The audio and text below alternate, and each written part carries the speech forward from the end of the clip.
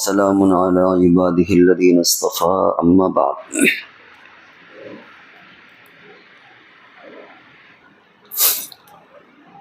اس وقت social media میں جو بہت تیزی کے ساتھ ایک بات ہمارے معاشرے میں گردش کر رہی ہے، وہ بین المذاہب شادی کے تعلق سے۔ بین المذاہب شادی سے مراد یہ کہ مسلمان غیر مسلموں میں شادی اور غیر مسلم مسلمانوں میں شادی کرنا، اور پھر چونکہ ایک طرف قانونی پابندیاں اور ایک طرف قانونی بڑھاوا ہے کہ اگر کوئی مسلمان شادی کر لیتا ہے کسی غیر مسلم لڑکی سے تو قانونی اعتبار سے اسے بڑی زحمتوں کا سامنا کرنا پڑتا ہے، لیکن اگر وہیں کوئی غیر مسلم لڑکا مسلم لڑکی سے شادی کرتا ہے تو اس کے لیے بہت سی مراعات کا اعلان کیا گیا کہ ہم اتنے لاکھ روپے انعام دیں گے اور تمہیں یہ فیسلٹی ملے گی اور تمہیں یہ فیسلٹی ملے گی، یہ وغیرہ وغیرہ۔ یہ چیزیں پہلے بھی ہوتی رہی ہیں، لیکن پہلے اس طرح کا کوئی مشن نہیں تھا۔ جہاں تک تعلق مذہب اسلام کا ہے تو وہ تو دونوں کو منع کرتا ہے، وَلَا تَنكِحُوا الْمُشْرِكَاتِ حَتَّى يُؤْمِنَّ، کہ تم کسی بھی مشرک کافر عورت سے نکاح نہ کرو یہاں تک کہ وہ باقاعدہ تمہارے مذہب میں داخل ہو جائے۔ اور عورتوں کے لیے بھی حکم ہے کہ وہ کسی مرد سے شادی نہ کرے۔ ہمارے یہاں نکاح کے مکمل ہونے کے لیے ایمان کا ہونا شرط ہے، ایک مذہب کا ہونا شرط ہے۔ اس کی اور بھی تفصیلات ہیں کہ اہل کتاب عیسائی اور یہودیوں سے ہو سکتی ہے کہ نہیں ہو سکتی، اور مرد کر سکتے ہیں یا نہیں، عورتیں کر سکتی ہیں کہ نہیں، وہ ایک الگ موضوع ہے، اس وقت اس کو نہیں چھڑنا۔ لیکن ہمارے یہاں بنیادی طور پر مذہب کا ایک ہونا بھی شرط ہے۔ اگر مذہب الگ الگ ہے تو شادی ہوگی ہی نہیں، نکاح ہوگا ہی نہیں، وہ زندگی بھر حرام کاری ہوگی، اور جو بچے بھی پیدا ہوں گے وہ ثابت النسب نہیں کہلائیں گے۔ تو اس لیے کبھی بھی مسلمانوں میں اس بات کو فروغ نہیں دیا گیا کہ وہ کسی بھی غیر مسلم لڑکی سے شادی کرے، لیکن اس سے پہلے جو معاملہ تھا وہ عشق اور محبت کا ہوتا تھا کہ تعلق ہوا اور شادی ہو گئی، اور دونوں طرف سے ایسا ہوتا تھا۔ لیکن اب شکل کو تھوڑی سی چینج سی ہو رہی ہے، اب ایک مشن کے طور پر اس کو لیا جا رہا ہے، اور مسلمانوں کے لیے تو راستے بند ہو گئے، ان کے لیے راستے کھولے جا رہے ہیں۔ ایک بات پھر یہ بات واضح کر دی جائے کہ اگر مسلمانوں کے لیے قانونی اعتبار سے راستے کھول بھی دیے جائیں تب بھی شرعی نقطہ نظر سے اجازت نہیں ہے، گنجائش نہیں ہے، تو ویسے بھی مسلمانوں کے یہ سب کام نہیں کرنے چاہیے۔ پھر ہر مذہب میں اور ہر برادری اور سوسائٹی میں ایک مذہبی بوجھ بھی ہوتا ہے، معاشرتی بوجھ ہوتا ہے۔ مذہبی کہہ رہے معاشرتی بوجھ ہوتا ہے، وہ یہ کہ کتنے لڑکے ہیں اور ان کے مقابلے میں کتنی لڑکیاں ہیں۔ ظاہر بات ہے کہ اگر مسلم لڑکے رجحان کہیں اور کا رکھیں گے تو پھر مسلم بچیاں کہاں جائیں گی، جبکہ آلریڈی تعداد کم ہے بچیوں کی۔ تو یہ ایک مزید خرابی اور قباحت ہے کہ کہیں اور شادی نہ کی جائے۔ تو ہمارے یہاں قانونی اعتبار سے، یعنی شرعی اعتبار سے، اخلاقی اعتبار سے، معاشرتی اعتبار سے کبھی اس کو اچھا نہیں سمجھا گیا، نہ کبھی اس کو فروغ دیا گیا کہ کوئی بھی مسلم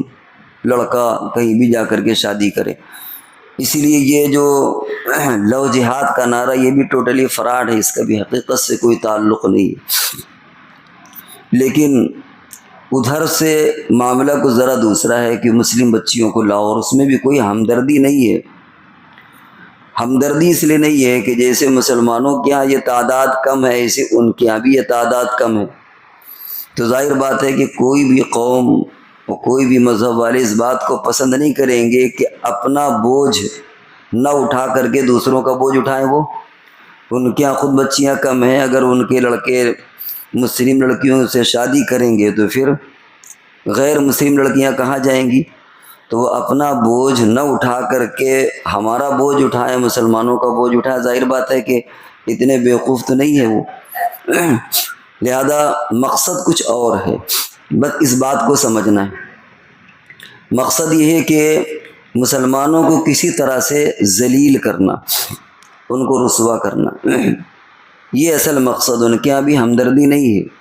چنانچہ جو اس طرح کے کیسز ہوتے ہیں ان میں عام طور سے یا تو اس کو بے عزت کر کے اس اور لڑکی کو نکال دیا جاتا ہے، اور یا یہ کہ اس کی جان لے لی جاتی ہے، اس کے علاوہ اور کوئی رزلٹ نہیں ہے۔ مقصد عزت نہیں بلکہ مقصد مسلمانوں کی تذلیل، ان کی توہین کرنا ہے۔ اور ان کی معلوم ہے کہ مسلمانوں کی اتنی بڑی تعداد ہے کہ نہ تو ان کو سب کو مارا جا سکتا ہے، نہ کسی دوسرے ملک میں بھیجا جا سکتا ہے، نہ سمندر میں ڈالا جا سکتا ہے، نہ ان کو مرتد بنایا جا سکتا ہے۔ تو کم سے کم ان کو اتنا ذلیل کرو، اتنا ذلیل کرو کہ خود ہی اپنے مذہب سے بیزار ہو جائیں۔ یہ ان کا ایک مشن ہے۔ اب ہمیں اچھا دقتیں کیا ہیں ان کے یہاں؟ ہمارے یہاں اتنی دقتیں مسلمانوں میں نہیں، ان کے یہاں ایک دقت تو ذات پات کی۔ ظاہر بات ہے کہ وہ ایک ہندو کو گوارا نہیں کرتا اگر ان کے یہاں ذات اور برادری میں فرق ہے۔ برہمن اور جو اونچی کاسٹ کے لوگ ہیں وہ دلت ہندو لڑکی کو برداشت نہیں کر سکتے، تو مسلمانوں کو کیسے برداشت کریں گے؟ اسی طریقے سے مالی معاملات بھی ہیں کہ مسلمانوں میں کچھ مفلسی ہے، کچھ غربت ہے، اس کی وجہ سے بچیوں کی شادیاں دیر میں ہوتی ہیں اور وہ کہیں کا اور رخ کر لیتی ہیں، یہ ہمارے یہاں کمی ہے۔ تو ہمیں ہر طرف سے اپنے آپ کو بچانے کی ضرورت ہے، سماج کے اندر بیداری پیدا کرنے کی ضرورت ہے۔ یہ ہر کچھ وقتاً فوقتاً کچھ عرصوں کے بعد اس طرح کی چیزیں ہوتی رہتی ہیں، ملی اعتبار سے، قومی اعتبار سے، مذہبی اعتبار سے۔ آزادی کے وقت بھی ایسا ہوا، انگریزوں کے زمانے میں بھی ایسا ہوا۔ یہ پھر ایک عارضی ایک فتنہ ہے جو انشاءاللہ دبے گا۔ تو بہت سی چیزیں ہمیں اس میں سمجھنے کی ضرورت ہے۔ ایک تو خود ہم اپنے آپ کو بیدار کرنے کی ضرورت ہے، ہمیں اپنے آپ کو بیدار کرنے کی ضرورت ہے۔ دوسرے کہ جو تعداد بتائی جا رہی ہے کہ بہت بڑی تعداد مسلمان بچیوں کی جا رہی، یہ خود ایک مستقل ایک غلط شوشہ ہے، ایسا نہیں۔ آپ خود کانپور کے ایک بہت بڑا شہر ہے، کانپور میں آپ اگر جائزہ لیں تو شاید کسی برادری میں یا کسی محلے میں شاید 2-4 بچیاں سالوں میں کہیں ادھر سے ادھر چلی جاتی ہوں، وہ بھی بڑا واویلا ہوتا ہے۔ لوگ ان کا بائیکاٹ بھی کرتے ہیں، ان کے گھر والوں کو حقارت اور ذلالت کی نظر سے دیکھتے ہیں اگر گھر والے بھی اس میں انوالو ہیں یا شریک ہیں۔ تو یہ جو 10 لاکھ اور 20 لاکھ ہے، جو یہ بھی ایک پروپیگنڈے کا حصہ ہے، تو ہمیں اس کا بھی شکار نہیں ہونا۔ لیکن بہرحال ایک بھی اگر ہے تو ہمارے لیے افسوس کا مقام ہے، لاکھوں نہ صحیح اگر چند بھی ہو جائیں تو ہمیں تو اپنے گھر کو بچانے کی ضرورت ہے۔ تو اس کے لیے ایک تو یہ کہ شادی کو آسان کیا جائے، تاکہ اگر لالچ میں آ کر کے کوئی مسلم لڑکی ادھر جاتی ہے تو وہ کم سے کم بچی رہے وہ۔ اسی طریقے سے جو لڑکیاں شادی کرتی ہیں ان کو بتانے کی ضرورت ہے کہ تم یہ دیکھو کہ آخر تم سے شادی کیوں کی جا رہی ہے، مقصد کیا ہے۔ واقعتاً اس مرد کو تم سے محبت ہے تو ظاہر بات ہے کہ مسلمانوں کے یہاں شادی کرنے میں کوئی کشش نہیں ہے، کیونکہ عام طور سے مسلمانوں میں جہیز کا رواج کم ہے، بلکہ بہت کم ہے، لوگ اچھا نہیں سمجھتے۔ اور اس کی وجہ یہ ہے کہ ہمارے یہاں لڑکی کو ترکہ دیا جاتا ہے۔ غیر مسلموں میں جہیز کا رواج ہے، اور مذہبی اعتبار سے بھی ان کے یہاں رواج ہے کہ ان کے یہاں ترکے کا کوئی رواج نہیں تھا۔ اب ممکن ہے کچھ لوگ جو جیسا کہ سننے میں آیا کہ 1950 کے بعد انہوں نے لڑکیوں کو کچھ ترکہ دینے کی بات کہی ہے، لیکن شاید کھیت اور کھلیان اور جائیداد میں بھی ترکہ نہیں ملتا، کچھ چیزوں میں ممکن ہے مل جاتا ہو۔ تو باقاعدہ وہ جہیز اس لیے لیتے ہیں کہ ہمیں ترکہ تو ملنا نہیں، اب لڑکی مالدار گھر کی ہے، ترکہ ملنا نہیں، تو اس لیے وہ جہیز لیتے ہیں،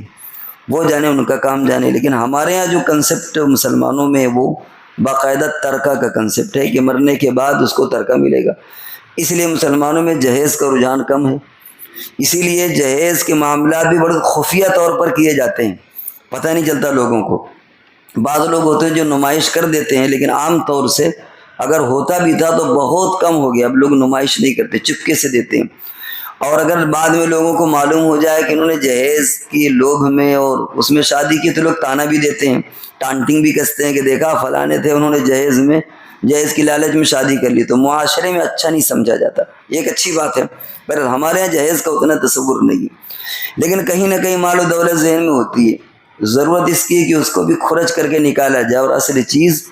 دینداری کو فروغ دیا جائے، جیسے حضور علیہ الصلوۃ والسلام نے فرمایا کہ شادی حسن جمال کی وجہ سے کی جاتی ہے، جاہ مرتبے کی وجہ سے، عزت اور وقار کی وجہ سے، خاندانی حسب و نسب کی وجہ سے، اور دین کی وجہ سے، فاصبر بذات الدین، تم دین والی سے شادی کر کے تم کامیاب ہو جاؤ۔ تو ہمیں تو اس بات کو فروغ دینا چاہیے۔ تو معاملہ یہ ہے کہ جو ان کے ہاں یہ سب چیزیں چل رہی ہیں، اس کی بنیاد کیا ہے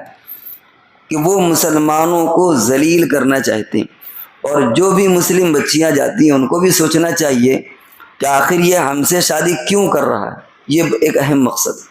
بھائی اگر جہیز ہے تو جہیز ہمارے پاس نہیں، جہیز ان کو وہاں زیادہ مل رہا ہے، تعلیم بھی ہمارے یہاں کم ہے، بہت سی چیزیں ہمارے یہاں کم ہے، تو آخر وہ شادی کا ان کا مقصد کیا ہے؟ مقصد صاف ہے کہ یوز اینڈ تھرو یا یوز اینڈ کل، کہ یا تو پھینک دو اور یا ان کو قتل کر دو۔ چنانچہ آپ اگر دیکھیں تو اسی سوشل میڈیا میں بہت ساری اس طرح کی ویڈیوز بھی گشت کر رہی ہیں، جہاں پر یہ ہے کہ بھائی میں نے شادی کیا تھا اور مجھے گھر سے نکال دیا گیا، یا ایسا ہوا ویسا ہوا، اور کتنوں کو مارا گیا، کتنوں کو رسوا اور ذلیل کیا گیا۔ تو ہمیں اس کو ایک مشن کے طور پر لینا ہے، بیداری، اس کا ہنگامہ کم کرنا۔ بہت سی چیزیں کبھی کبھی ایسا ہوتا ہے، بہت زیادہ ہنگامہ کرنے سے ایک مزید اور خرابی پیدا ہوتی ہے۔ کوئی چیز کم ہوتی ہے، اس کو مزید اس کو ہنگامہ پر برپا کر دیا جائے تو وہ بھی نقصان دہ ہوتی ہے، کیونکہ بعض ایمان والے اتنے کمزور ایمان والے ہوتے ہیں کہ وہ تجسس اور تلاش میں ان کو رہتی ہے۔ مثال کے طور پر اگر یہ کہا جائے کہ صاحب فلانے ایک فرقہ پیدا ہوا ہے جس فرقے کا تعلق اسلام سے نہیں ہے، لیکن اگر اس فرقے کو آدمی اپنا لیں تو 10 لاکھ روپے ہو جائیں ملتے ہیں اس میں، تو بہت سے ہمارے اللہ نہ کرے ایمان والے ایسے ہوتے ہیں جو تلاش کرنے لگتے ہیں کہ یار وہ فرقہ کہاں ہے، کم سے کم ہم اس کے رابطے میں 10 لاکھ روپے ہی بن جائیں، ایمان چھوڑیں نہ چھوڑیں بعد میں توبہ کر لیں گے، کیا کریں گے وہ بات کی بات ہے۔ لیکن کبھی کبھی دل یہ ہوتا ہے کہ یار یہ تو بڑی اچھی چیز ہے یار، کیا ہے، سب چیزیں ایسے ہی ہیں، چلو کم سے کم وہ لوگوں کو تو ہو جاتی ہے کہ یار چلو اگر ہم اس مذہب کو مان لیں تھوڑی دیر کے لیے ہی صحیح تو کم سے کم پیسے تو بن جائیں گے۔ تو کبھی کبھی ذہن اس طرف بھی آ جاتا ہے، اس لیے ہر چیز کو بلا وجہ بڑھاوے بھی نہیں دینا چاہیے، لیکن فکر کرنے کی بھی ضرورت ہے، کچھ نہ کچھ تو حقیقت ہے، فکر کرنے کی ضرورت ہے کہ ہماری مسلم بچیاں کہاں جا رہی ہیں۔ اس کے لیے جو نقصان دہ چیزیں وہ 2 چیزیں ہیں، ایک ہے مخلوط تعلیم اور ایک ہے مخلوط ملازمت۔ یہ 2 چیزیں ایسی ہیں جس کی وجہ سے گڑبڑیاں پیدا ہوتی ہیں۔ اور باقی سوشل میڈیا تو آپ جانتے ہیں کہ اس میں فیس بک میں اور ہر چیز میں فیک آئی ڈی لوگ بناتے ہیں، بچیوں کو شعور نہیں ہوتا، فیک آئی ڈی کے ذریعے سے وہ پھنس جاتی ہیں اور پھر اس کے ذریعے سے رابطے کہیں سے کہیں پہنچ جاتے ہیں، کبھی کبھی دوسرے ملکوں سے لوگ اس طرح کی چیزیں کرنے لگتے ہیں۔ تو ہمیں بیداری پیدا کرنے کی ضرورت ہے۔ مخلوط تعلیم ظاہر بات ہے کہ ہمارے اپنے ادارے نہیں ہیں، کس حد تک ہم دلا سکتے ہیں کس حد تک نہیں دلا سکتے، آپ علماء سے مشورہ کریں کہ بھائی یہ صورتحال ہے، ہم بچی کو کہاں پڑھائیں، کیسے پڑھائیں۔ مخلوط ملازمت ہے، ایسی ملازمتیں عورتیں نہ کر کے وہ ملازمت کریں جو مخلوط نہ ہو۔ عورتوں کے لیے سب سے بہتر ملازمت ہوتی بچوں کو پڑھانا، چھوٹے بچوں کو، خاص طور سے جو آفس کی ملازمت ہوتی ہے، ایک کرسی عورت کی لگی ہوئی ہے، سائڈ میں وہ مرد کی لگی ہوئی ہے، اگل بغل بیٹھے ہوئے ہیں، تو ظاہر بات ہے کہ بہت سی باتیں سب ہوتی رہتی ہے، تو وہاں اس طرح کی سب چیزیں یعنی آگے چل کے بگاڑ پیدا ہوتا ہے۔ تو ان چیزوں کی بھی ہمیں اصلاح کی ضرورت ہے کہ ہم ان چیزوں پر بھی غور کریں، اور خاص طور سے اپنے مسلم معاشرے میں اس کے اندر بیداری پیدا کریں کہ ہماری مسلم بچیاں خود اگر وہ فون، اول تو فون استعمال نہ کریں، لیکن جیسے کہ اس سے پہلے ہم نے کہا کہ آج کے دور میں فون سے بالکل روک دینا شاید ہمارے بس میں نہیں ہے، حالات ایسے آ چکے ہیں کہ ہمارے بس میں نہیں ہے، تو ان کو فہمائش کریں، اور خود اگر بچیوں کے چھوٹے چھوٹے گروپ ہوں، خود مسلم بچیوں کے آپس میں خاندان کے اعتبار سے، محلے کے اعتبار سے، اس گروپ کا ایک کوئی سپروائزر، وہ بھی خاتون ہو، اس گروپ میں شمولیت کے لیے کچھ قاعدے اور قانون ہو کہ بھائی آپ اپنا آدھار کارڈ چیک کرائیں، آپ کا فون نمبر کیا، تاکہ کوئی غلط بندہ اس گروپ میں نہ جائے۔ اس طرح اگر مسلم بچیاں گروپ بنا کر کے یہ بیداری پیدا کریں، خود ایک بچی ایک لڑکی دوسری لڑکی سے یہ کرے کہ صاحب یہ ٹریپ چل رہا ہے، بھگوا ٹریپ، یہ ایک جال چل رہا ہے جس میں کوئی ہمدردی نہیں ہے، تم اس جال میں پھنسا کر کے یا تو ذلیل کیا جائے گا یا جان سے مار دیا جائے گا، اور کوئی پرسان حال نہیں ہوگا۔ اس لیے اپنی آخرت بھی بچاؤ اور اپنی دنیا بھی بچاؤ، تمہیں کہیں عزت نہیں ملے گی۔ اس طرح اگر بچیاں اس طرح کے گروپ بنائیں اور اس گروپ میں شمولیت کے لیے ہم نے بار بار کہا کہ آدھار کارڈ ہو یا ان کے اس طرح کا کوئی کہ جڑنے کے لیے بھی معلوم ہو کہ یہ جینوین بندی ہے، واقعی یہ جینوین مسلم ہی لڑکی ہے، کوئی دوسرا اس میں مرد لڑکی نام سے جڑ نہیں گیا، یا ہے کہ کوئی غیر مسلم لڑکی اس کے اندر جڑ نہیں گئی، ایسا نہ ہو۔ باقاعدہ معتبر گروپ ہو، اس میں جڑنے کے لیے بھی کچھ شرائط ہوں، اس میں ٹرانسپیرنسی ہو، اس طرح اگر جڑیں اور اس طرح کی چیزوں کو وہ پھیلائیں کہ ہمارے معاشرے میں کیا ہو رہا ہے، ہم کس طرح ذلیل ہو رہے ہیں اور اپنے ایمان کا بھی سودا کر رہے ہیں، تو بہت حد تک امید ہے کہ اس سے ہم اپنے آپ کو بچا سکتے ہیں۔ کیونکہ جو بھی بچیاں جا رہی ہیں، ظاہر بات ہے کہ ہم نے بھی عرض کیا کہ ان کو لالچ کا ہے کہ جہیز ان کو وہاں زیادہ مل رہا ہے، دوسری فیسلٹی ان کو وہاں زیادہ مل رہی ہے، ایک غیر مسلم کو فیسلٹی غیر مسلم لڑکیوں میں زیادہ مل رہی ہے، تو وہ آخر مسلم بچیوں کو اختیار کیوں کرے گا؟ سوال اس بات کا ہے، وہ کاہے کے لیے شادی کر رہا ہے؟ اس لیے ان تمام چیزوں کی طرف توجہ کرنے کی ضرورت ہے۔ اگر ہم نے ان تمام چیزوں کی طرف توجہ کی تو اللہ کے ذات سے امید ہے کہ ہم اپنے معاشرے کو بچا لے جائیں گے۔ ایک وقتی چیز ہے، ہمیشہ یہ چیزیں نہیں رہتی۔ ظاہر بات ہے کہ جب ایک غلط ارادے سے چیزیں پھیلائی جائیں گی تو پھر معاشرے میں وہ چیزیں پھیل کر کے اس کا رزلٹ بھی سامنے آ جاتا ہے کہ دیکھو اتنی مسلم بچیاں گئیں، اتنی جان سے ماری گئیں اور اتنی بھگائی گئیں اور اتنی ذلیل کی گئیں، اور نہ وہ گھر کی رہیں نہ گھاٹ کی رہیں، وہ ذلیل اور رسوا ہوئی، تو ان کو بھی ہوش کے ناخن بولیں گی اور انہیں بھی سوجھ بوجھ پیدا ہوگی۔ تو اس لیے ہمیں ضرورت اس بات کی ہے کہ ہم اپنے معاشرے کے اندر، سوسائٹی کے اندر اس چیز کو تھوڑا سا بیداری پیدا کرنے کی ضرورت ہے کہ آخر اگر کوئی مسلم اچھا ایک چیز اور سمجھانے کی ضرورت ہے کہ جو مسلم بچی جائے گی وہ دو ہاتھ سے خالی نہیں ہے۔ یا تو ایسا ہوتا ہے کہ کبھی ایسا ہوتا ہے کہ وہ شوہر کو مذہب اسلام کی طرف راغب کر لیتی، لیکن اب وہ تصور تقریباً نہیں ہے، اور اب دو ہی حال سے، یا تو وہ اپنے مذہب کو چھوڑے گی یا باقی رکھے گی، اور دونوں طرح کی مثالیں ہیں۔ کچھ لبرل قسم کے لوگ ہوتے ہیں جو کہتے ہیں بھائی تم اپنے مذہب پر رہو، اپنے مذہب پر رہے، کوئی پرابلم نہیں ہے، اور کبھی ایسا ہوتا ہے کہ وہ کنورٹ ہو کر کے باقاعدہ غیر مسلم ہو جاتی ہے۔ اب اگر وہ مرتد ہو گئی تو ظاہر بات ہے کہ پھر تو نقصان ہی نقصان ہے، آخرت کا بھی نقصان ہے، اور اگر مرتد نہیں بھی ہوئی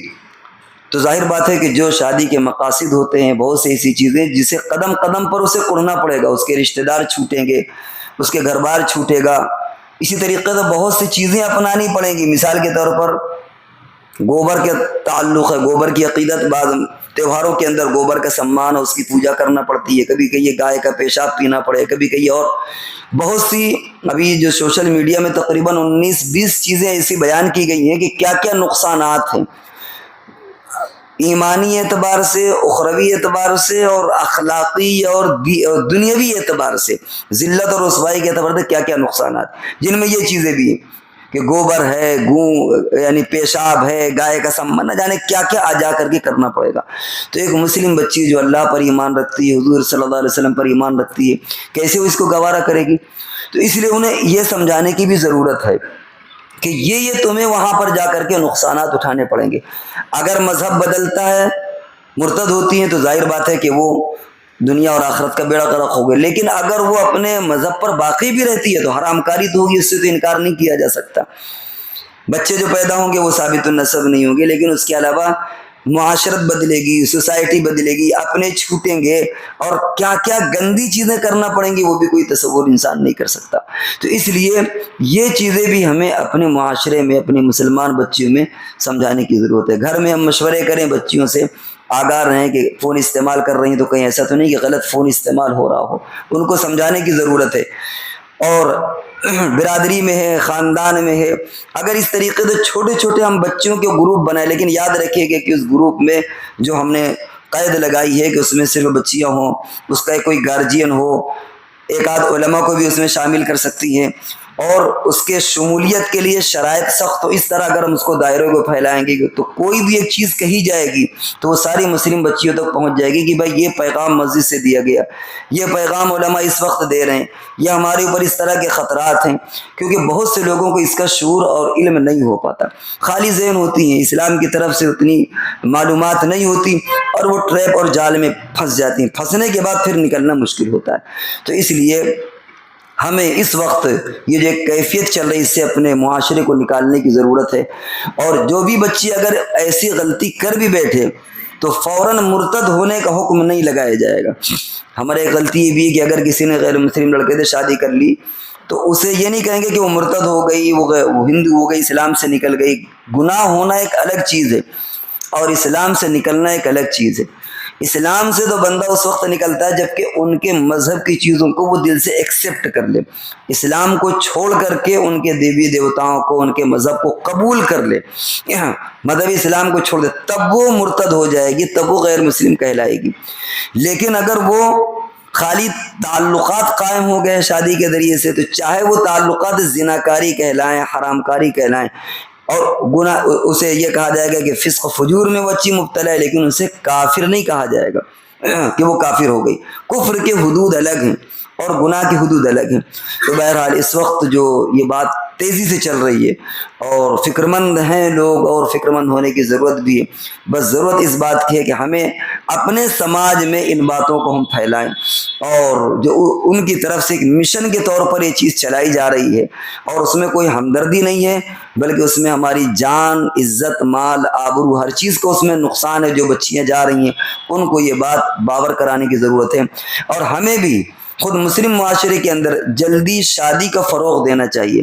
اپنوں میں شادی کریں، جلدی شادی کا فروغ۔ جب شادیاں لیٹ ہوتی ہیں تو بھی خرافات ہوتی ہے، تو ہمیں اپنے اندر بھی اس طرح کی اصلاحات کی ضرورت ہے۔ اللہ تبارک و تعالی عمل کی توفیق عطا فرمائے۔